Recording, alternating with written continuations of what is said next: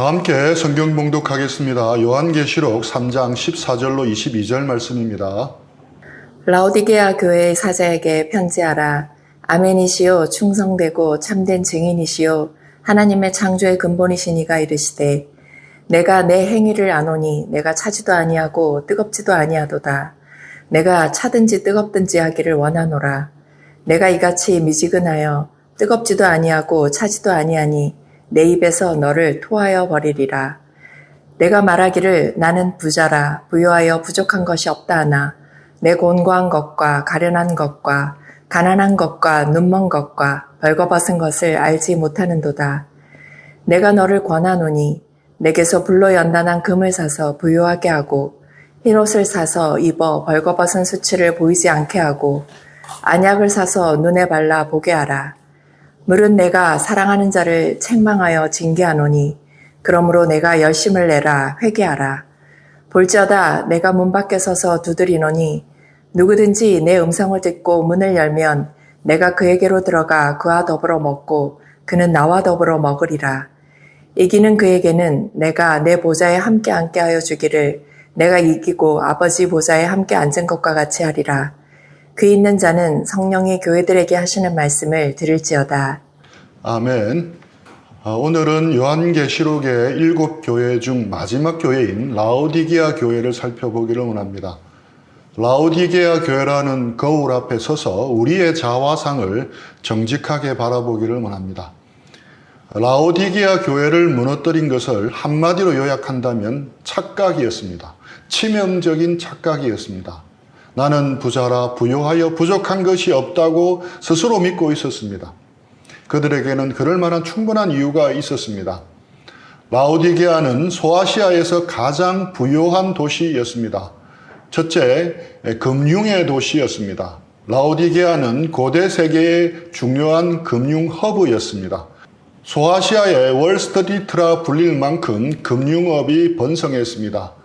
로마의 정치가 키케로가 자신의 환음을 이곳에서 현금으로 바꾸었다는 기록이 있을 정도였습니다. 그만큼 이곳의 은행 시스템은 신뢰할 수 있었고 자본력 또한 막강했습니다. 라오디게아는 경제력을 바탕으로 한 강력한 자치권을 누렸습니다.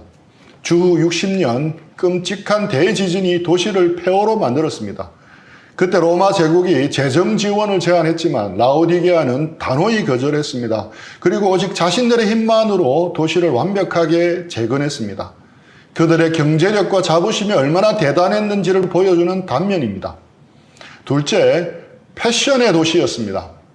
라오디게아의 목초지에서 자란 양들에게서는 광택이 남은 검은색의 양모가 생산되었습니다. 이 양모로 만든 의류와 카펫은 로마 제국 전역으로 수출되는 최고급 명품이었습니다. 라오디게아라는 이름은 몰라도 트리미타리아라는 옷의 이름은 알 정도로 그 명성이 대단했습니다. 셋째, 의학기술의 도시였습니다. 라오디게아에 있는 유명한 의과대학이 있었는데 거기서 만든 안약은 안질치료에 특별한 효과가 있어서 그것으로 벌어들이는 부만에도 막대했습니다. 돈, 패션, 건강, 세상이 성공의 척도로 삼는 모든 것을 가진 도시가 바로 라오디게아였습니다. 문제는 이런 풍요와 자부심이 그대로 신앙에도 스며들었다는 점입니다. 그들은 자신의 물질적인 풍요함이 하나님의 특별한 축복이라고 확신했습니다. 사실 물질적인 풍요함은 축복이 아니라 은사입니다. 이웃을 섬기고 선교하라고 주신 사명입니다. 그러나 그들은 그걸 알지 못했습니다. 좋은 집에 살고 좋은 옷을 입고 넉넉한 헌금을 드리는 자신을 보며 영적으로는 아무런 문제가 없다고 자유했습니다. 더 이상 하나님을 절박하게 찾을 필요를 느끼지 못했습니다. 기도에 눈물이 없어도 삶은 평안했습니다. 말씀에 몸부림치지 않아도 모든 것이 순탄했습니다. 신앙은 풍요로운 삶을 장식하는 세련된 액세서리 정도로 전락해버렸습니다. 그래서 그들은 담대하게 선언할 수 있었습니다. 나는 부자라 부요하여 부족한 것이 없다. 하지만 그들을 향한 예수님의 평가는 하늘과 땅 차이였습니다. 17절입니다. 내가 말하기를 나는 부자라 부요하여 부족한 것이 없다 하나 내 공고한 것과 가련한 것과 가난한 것과 눈먼 것과 벌거벗은 것을 알지 못하는도다. 내 곤고한 것과 가련한 것과 가난한 것과 눈먼 것과 벌거벗은 것을 알지 못하는도다. 세상의 눈으로 볼 때는 가장 화려하고 성공한 교회였지만 주님의 눈에는 가장 비참하고 불쌍한 교회였습니다. 그들은 부유했지만 하늘에 신령한 복이 없는 가장 가난한 사람들이었습니다. 그들은 썩어 없어질 세상의 재물에 만족하느라 영원한 하늘의 부유함을 놓쳐버렸습니다. 최고의 안약이 있었지만 영적인 세계를 보지 못하는 눈먼 자들이었습니다. 세상의 유행과 권력의 이름은 귀신같이 읽어내는 영밀한 사람들이었습니다. 돈의 흐름을 기가 막히게 읽어내어서 경제적 자유를 일찍부터 누리고 있었던 사람들이었습니다. 하지만 그 너머에 있는 영적인 세계는 보지 못했습니다. 하나님께서 진정으로 원하시는 것이 무엇인지를 알지를 못했습니다. 이 시대를 향한 하나님의 계획이 어디로 흐르고 있는지도 전혀 깨닫지 못했습니다. 그들의 시선은 땅의 것에 고정되어 있었습니다. 하늘의 것을 보지 못하고 근시안적인 신앙에 머물러 있었습니다. 또한 최고급 금은 양모옷을 입었지만 하나님의 눈에는 죄의 수치가 그대로 드러난 벌거벗은 자들이었습니다. 풍요로움이 자신의 의를 나타낸다고 착각했습니다. 하나님이 보시기에는 모든 죄와 허물이 그대로 드러나는 수치스러운 상태였습니다. 정작 자신들만 그 사실을 깨닫지 못하고 있었습니다. 이 모든 비극의 핵심은 한 문장으로 요약이 됩니다. 내가 알지 못하는도다. 자신의 문제를 모르는 것, 그것이 가장 큰 문제였습니다. 이런 라오디게아 교회의 근본적인 문제를 꿰뚫는 예수님의 말씀은 섬뜩하기까지 합니다. 15절, 16절입니다. 내가 내 행위를 아노니 내가 차지도 아니하고 뜨겁지도 아니하도다. 내가 차든지 뜨겁든지 하기를 원하노라. 내가 이같이 미지근하여 뜨겁지도 아니하고 차지도 아니하니 내 입에서 너를 토하여 버리리라. 이 말씀의 의미를 제대로 알려면 이 도시의 유일한 약점이었던 물에 대해서 알아야 합니다. 풍요로운 라오디게아에는 쓸만한 수원지가 없었습니다. 그래서 물을 외부에서 끌어와야 했습니다. 북쪽으로 약 9km 떨어진 히에라폴리스로부터는 뜨거운 온천수를 공급받았습니다. 동쪽으로 16km 떨어진 골로새로부터는 차가운 샘물을 긴 수로를 통해 공급받았습니다. 히에라폴리스의 뜨거운 온천수는 각종 질병 치료에 효용이 있는 약수였습니다. 골로새의 얼음처럼 차가운 물은 사람들에게 상쾌한 생명력을 주는 생수였습니다. 문제는 이 물들이 긴 수로를 거쳐 라오디게아에 도착할 때쯤이면 이도저도 아닌 미지근한 상태가 되어버린다는 것이었습니다. 온천수는 치료의 효과를 잃어버렸고 샘물은 상쾌함을 상실해버렸습니다. 설상가상으로 석회질이 다량으로 함유된 이 미지근한 물은 마시면 역한 냄새와 함께 구토를 유발했습니다. 쓸모없을 뿐만 아니라 역겹기까지 한 물이었습니다. 예수님은 바로 이 이미지를 사용하셨습니다. 라오디게아 교회의 신앙은 마치 그 도시의 물과 같았습니다. 히에라폴리스의 뜨거운 온천수처럼 성령께서 주시는 뜨거움이 없었습니다. 골로새의 차가운 샘물처럼 신선한 생명력과 거룩함도 없었습니다. 그들은 그저 미지근했습니다. 세상과 적당히 타협했습니다. 죄에 대해서는 무감각했습니다. 복음의 능력도 거룩한 삶의 향기도 잃어버렸습니다. 교회는 다니지만 세상의 즐거움을 포기하지 못했습니다. 입술로는 주님을 부릅니다. 하지만 삶의 중심에는 여전히 세속적인 가치관이 자리 잡고 있었습니다.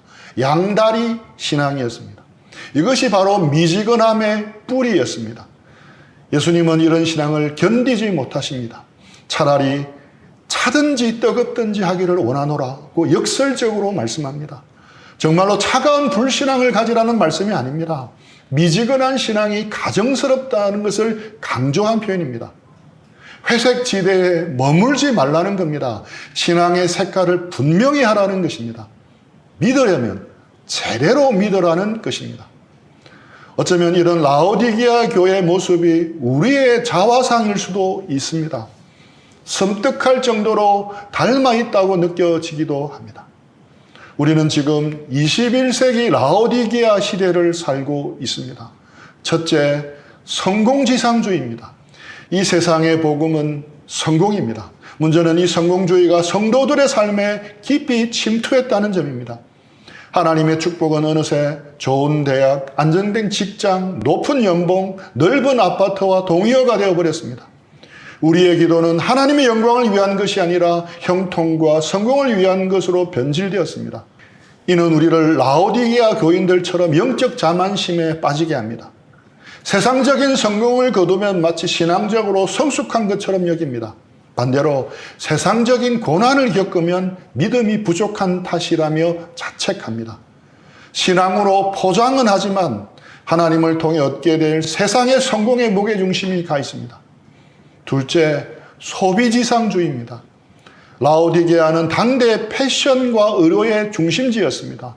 소비문화의 첨단을 달리는 도시였습니다. 마찬가지로 우리는 모든 것을 소비의 관점으로 바라보는 시대에 살고 있습니다. 우리의 신앙도 그런 소비주의적 태도에 물들어 버렸습니다. 우리는 더 이상 헌신하고 순종해야 할 교회를 찾지 않습니다. 나의 영적 만족감을 채워줄 가성비 있는 상품으로서의 교회를 쇼핑합니다. 설교는 은혜로워야 하고 짧아야 합니다. 교회 시설은 세련되고 편안해야 합니다. 만약 조금이라도 자신의 기대를 충족시키지 못하면 미련 없이 다른 상품을 찾아 떠납니다. 십자가를 지고 교회를 섬기는 제자도는 고리타불한 옛 이야기가 되어버렸습니다. 신앙은 나의 정서적 안정을 위한 힐링 프로그램이 되어야 한다고 여깁니다. 예수님은 더 이상 우리의 경배와 순종의 대상이 아닙니다. 나의 필요를 채워주는 수많은 영적 상품 중 하나가 되어버렸습니다. 라오디게아 교회가 21세기 오늘날에도 우리 가운데 있는 것입니다. 만일 누군가가 어느 교회에 다녀야 할지 고민이라면 교회를 추천해 달라고 한다면 여러분은 어떤 교회를 추천하시겠습니까? 바꿔 질문하면 어떤 교회가 좋은 교회이겠습니까? 이 무렵에 그들은 왜 교회를 떠났을까라는 책을 쓴 정숙희라는 기자분은 이렇게 대답했습니다. 어느 교회든 당신이 다님으로써 좋아지는 교회가 좋은 교회입니다. 나 때문에 나빠지는 교회가 아니라 내가 있음으로 좋아지는 교회라면 그 교회가 좋은 교회라는 것입니다. 이 말이 함축하고 있는 메시지는 바로 교회를 그저 소비하는 상품으로만 보지 말라는 것입니다. 대신 섬김의 마음을 가지라는 것입니다. 이 교회가 나를 위해 무엇을 해줄지를 헤아리기보다는 먼저 내가 이 교회를 위해 무엇을 할까 먼저 생각하라는 것입니다. 셋째, 편의지상주의입니다. 라오디게아 교인들처럼 우리도 외부에 극심한 핍박이 없기에 영적 긴장감을 잃어버렸습니다. 신앙 때문에 직장을 잃거나 감옥에 갈 걱정이 없는 평안한 시대에 살고 있습니다. 물론 이것은 감사한 일이지만 동시에 우리의 신앙을 미지근하게 만드는 가장 큰 요인이기도 합니다. 적당한 수준의 편안하고 부담 없는 신앙생활이면 만족합니다. 주일날 여러 유혹을 이기고 교회 가는 것만으로도 대단한 신앙인 것처럼 스스로 위로합니다. 아침을 깨워 큐티하며 기도하는 열심, 말씀을 깊이 연구하는 수고, 복음을 전하기 위해 기꺼이 불편을 감수하는 헌신은 찾아보기 어렵습니다. 이처럼 성공주의, 소비주의, 편의주의라는 세속의 삼각파도는 우리의 신앙을 끊임없이 미지근하게 만듭니다. 이것이 바로 21세기 라오디게아입니다. 오늘 우리 신앙의 현 주소이기도 합니다. 병든 라오디게아 교회를 향해 예수님은 세 가지 맞춤 처방을 내리십니다. 흥미로운 점은 그들에게 자부심을 주었던 상징들을 역으로 사용하셔서 세 가지 처방을 내리셨다는 것입니다. 18절입니다. 내가 너를 권하노니 내게서 불로 연단한 금을 사서 부요하게 하고 흰옷을 사서 입어 벌거벗은 수치를 보이지 않게 하고 안약을 사서 눈에 발라 보게 하라. 내게서 불로 연단한 금을 사서 부요하게 하고, 첫째, 불로 연단한 금을 사야 합니다. 예수님은 가장 큰 자부심의 근원이었던 부의 문제를 정면으로 다루십니다. 금융 중심지였던 라오디게아는 금과 은이 넘쳐나는 도시였지만 주님은 그들이 실은 가장 가난한 자들이라고 선언하셨습니다. 그리고 진짜 부자가 되는 길은 바로 불로 연단한 금을 사는 것이라고 말씀합니다. 여기서 불로 연단한 금은 무엇을 의미하겠습니까? 금은 뜨거운 용광로 속에서 불순물이 모두 제거되었을 때 비로소 순수한 정금이 됩니다. 성경에서 불은 종종 시련과 고난을 상징합니다. 따라서 불로 연단한 금은 각종 시련과 고난을 통과하며 그 순수성이 입증된 진짜 믿음을 의미합니다. 하나님은 때로 우리를 사랑하시기 때문에 고난이라는 불을 허락하십니다. 그 불을 통해 우리의 믿음 속에 섞여 있는 불순물을 녹여내십니다. 세상적인 욕심, 교만, 불순종과 같은 찌꺼기들을 태워 없애십니다. 우리를 정금 같은 믿음의 사람으로 빚어 가십니다. 이것은 우리가 의도적으로 고난을 찾아 나서야 한다는 의미가 아닙니다. 오히려 우리 삶에 허락된 크고 작은 어려움들이 있는데 이것들을 믿음의 연단을 위한 하나님의 불로 여겨야 합니다. 그리고 우리에게 닥쳐진 고난의 의미를 재해석하라는 것입니다. 삶의 어려움이 닥쳤을 때 불평하고 원망하기보다 하나님, 이 고난을 통해 제 믿음의 불순물을 어떻게 태우기를 원하십니까? 라고 기도해 보아야 합니다. 또한 자발적 불편을 감수하는 것입니다. 편안함과 안락함만을 추구하는 삶의 태도를 버리고 의도적으로 불편을 선택하는 연습을 하는 겁니다. 불필요한 소비를 줄이는 것, 나의 시간과 재능을 이웃을 위해 사용하는 것 등등의 작은 불편을 감수하는 훈련을 통해 우리의 믿음은 단련됩니다. 흰 옷을 사서 입어 벌거벗은 수치를 보이지 않게 하고, 둘째, 흰 옷을 사서 입어야 합니다. 성경에서 옷은 종종 사람의 행위와 의로움을 상징합니다. 특히 흰 옷은 성도들의 거룩하고 의로운 삶을 상징합니다. 라오디게아 교인들은 자신들의 선행이나 종교적 열심, 넉넉한 헌금과 같은 자기의라는 금은 양모옷을 입고 있었습니다. 그들은 그것으로 자신들의 죄와 허물을 충분히 가릴 수 있다고 생각했습니다. 그러나 하나님의 거룩한 기준 앞에서 인간의 의는 더러운 누더기 옷에 불과했습니다. 예수님께서 흰 옷을 사서 입으라고 하셨습니다. 이것은 바로 자기의 누더기 옷을 벗어버리라는 뜻입니다. 오직 예수 그리스도의 보혈의 공로로만 얻을 수 있는 하나님의 의를 덧입으라는 초청입니다. 우리가 하나님 앞에 떳떳하게 설 수 있는 유일한 근거는 예수님의 대속의 은혜뿐입니다. 이 흰옷은 우리가 노력해서 만드는 것이 아니라 믿음으로 주님께로부터 사는 것입니다. 즉 나의 모든 공로를 포기하고 전적으로 주님의 은혜만을 의지하기로 결단할 때 주어지는 선물입니다. 안약을 사서 눈에 발라 보게 하라. 셋째, 안약을 사서 눈에 발라 제대로 보라는 것입니다. 라오디게아는 육신의 눈을 밝히는 최고의 기술을 가졌다고 자부했습니다. 하지만 정작 영적인 세계에 대해서는 완전히 눈먼 상태였습니다. 그들은 자신들이 얼마나 비참하고 가련한 상태인지, 얼마나 가난하고 벌거벗었는지를 전혀 보지 못했습니다. 예수님께서 안약을 사서 바르라고 하신 것은 바로 이 영적 무지를 제대로 보라는 것입니다. 그렇다면 이 영적 안약은 구체적으로 무엇을 의미하겠습니까? 그것은 바로 하나님의 말씀을 통한 영적 분별력입니다. 세상의 지식과 정보만으로는 우리의 진짜 모습을 볼 수 없습니다. 오직 성경이라는 거울 앞에 설 때 우리의 참모습을 볼 수 있습니다. 성령께서 우리의 눈을 열어주실 때 비로소 우리의 죄와 허물을 깨닫고 하나님의 거룩하심을 보게 됩니다. 라오디게아 교인들은 자신들의 지혜와 판단력을 신뢰했지만 하나님의 말씀을 통해 자신을 돌아보는 일에는 소홀했습니다. 그 결과 그들은 스스로를 부요하다고 착각하는 영적 소경이 되고 말았습니다. 우리에게도 이 영적 안약이 절실히 필요합니다. 시편 119편 18절입니다. 내 눈을 열어서 주의 율법에서 놀라운 것을 보게 하소서. 주님, 제 눈을 열어 주의 말씀에 놀라운 것을 보게 하소서.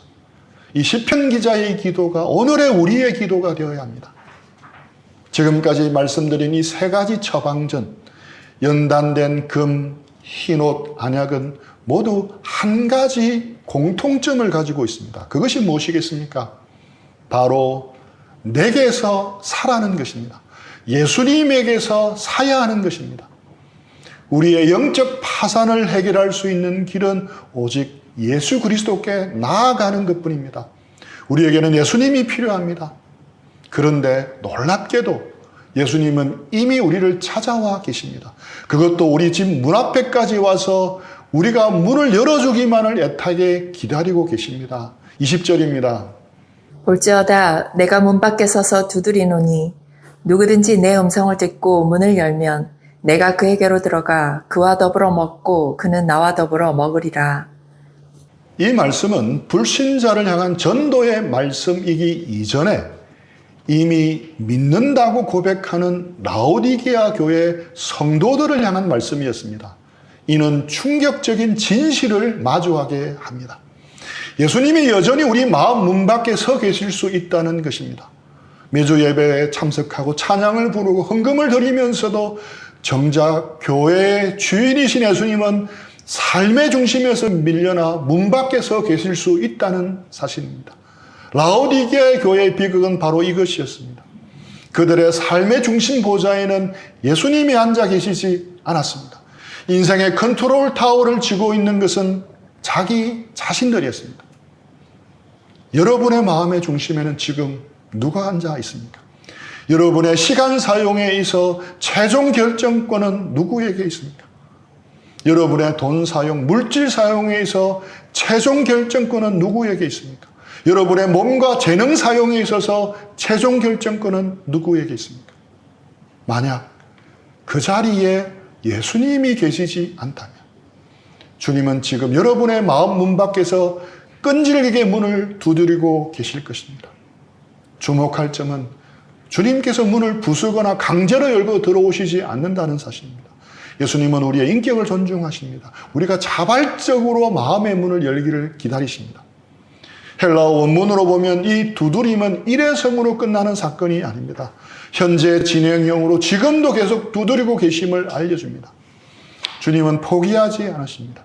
우리가 세상의 소음에 귀가 멀어 주님의 음성을 듣지 못할 때도 주님은 끈질긴 사랑으로 우리의 마음을 녹여가고 계십니다. 문을 연다는 것은 무엇을 의미하겠습니까? 그것은 단순한 감정적인 고백만을 의미하지 않습니다. 내 삶의 주도권을 다시 주님께 내어드리는 구체적인 행동입니다. 왕위 교체 사건입니다.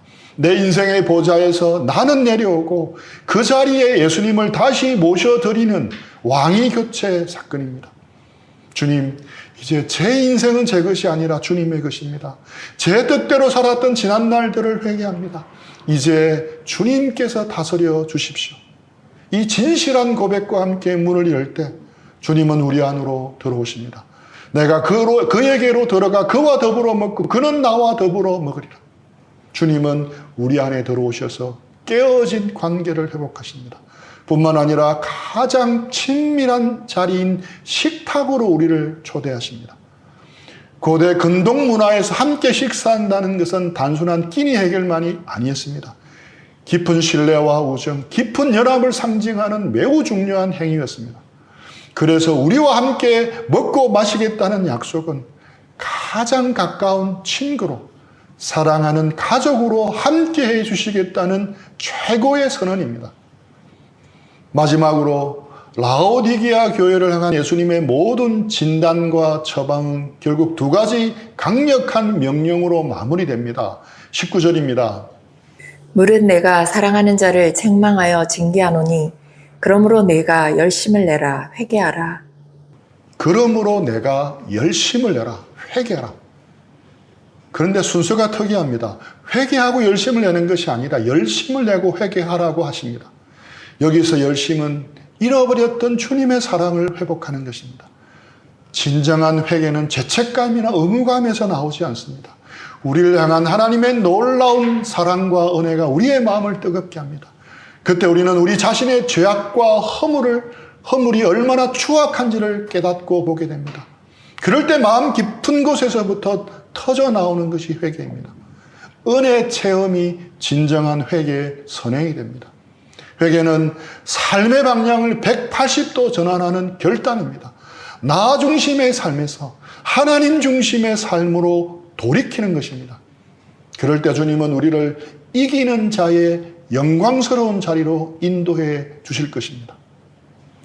놀랍게도 책망만 들었던 최악의 라오디게아 교회에게 주님은 가장 영광스러운 상급을 약속합니다.